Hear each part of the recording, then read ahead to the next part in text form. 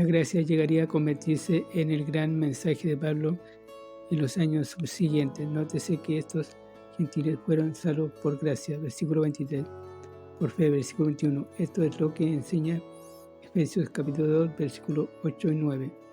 Bernabé se regocijó al hallar a esta asamblea de gentiles y les exhortó a que continuaran en su fe. Entonces hizo algo extraño. Dejó la iglesia y se fue a buscar a Pablo. ¿Por qué lo hizo? Porque Bernabé, lleno del Espíritu, sabía que Dios le había dado a Pablo una comisión de predicar el Evangelio a los gentiles. La importancia de Pedro iba disminuyendo como el programa del reino de Dios, y Bernabé sabía que Pablo debía ser el próximo líder. Predicando el mensaje de la gracia de Dios por un año entero, Pablo y Bernabé enseñaron a los gentiles la palabra de Dios. De esta iglesia salieron hacia su primer viaje misionero. La iglesia de Antioquía cobró mayor importancia que la de Jerusalén, cuando Pablo reemplazó a Pedro como el apóstol especial de Dios que trajo la revelación del misterio de la iglesia.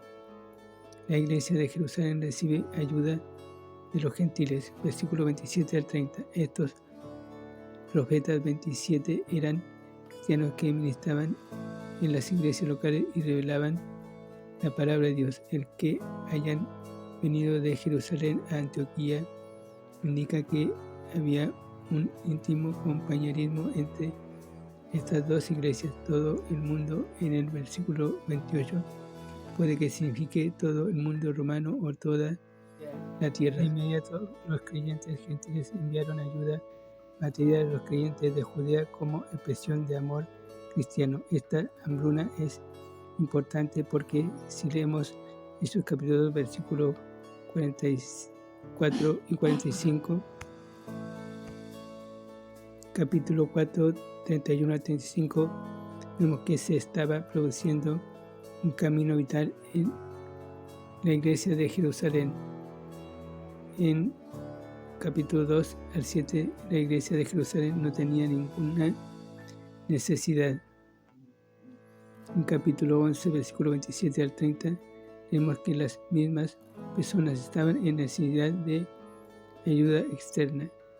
¿Qué había ocurrido? El programa del reino con sus bendiciones especiales habían concluido. Mientras el reino se le ofrecía a los judíos, el Espíritu confería bendiciones especiales a los creyentes y no había entre ellos ninguna necesidad.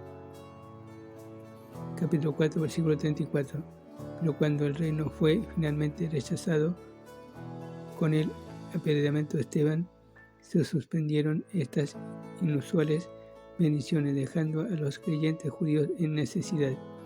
Varias veces en la palabra leemos de una ayuda especial enviada a los santos pobres en Jerusalén. Romanos capítulo 15, versículo 26, Primera de Corintios capítulo 6, versículo 1, Segunda Corintios capítulo 8,